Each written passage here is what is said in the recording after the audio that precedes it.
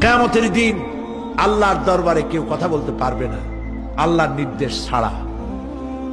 নবী করিম সাল্লাল্লাহু আলাইহি সাল্লামকে সাহাবায়ে কেরাম জিজ্ঞেস করেছেন, হে রাসূল, আপনার আব্বা এবং আম্মার অবস্থা কি হবে? নবী করিম সাল্লাল্লাহু আলাইহি সাল্লাম কেঁদে ফেলেছেন, সাপ পড়েছেন, আমি তাদের কোনো উপকারে আসব না।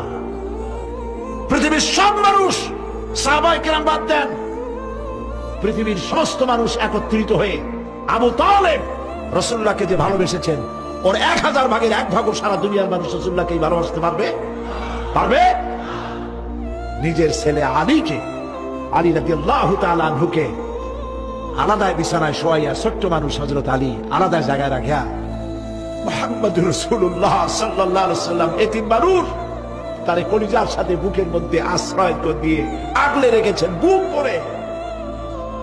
সেই আবু তালেব মৃত্যুর সময় নবী করিম সাল্লাল্লাহু আলাইহি সাল্লাম বলেছিলেন, চাচা একটি বার আমার কানে তাওহীদের কালেমা শোনায় দেন। আবু তালেব, তার কিসমতে ছিল না কালেমা।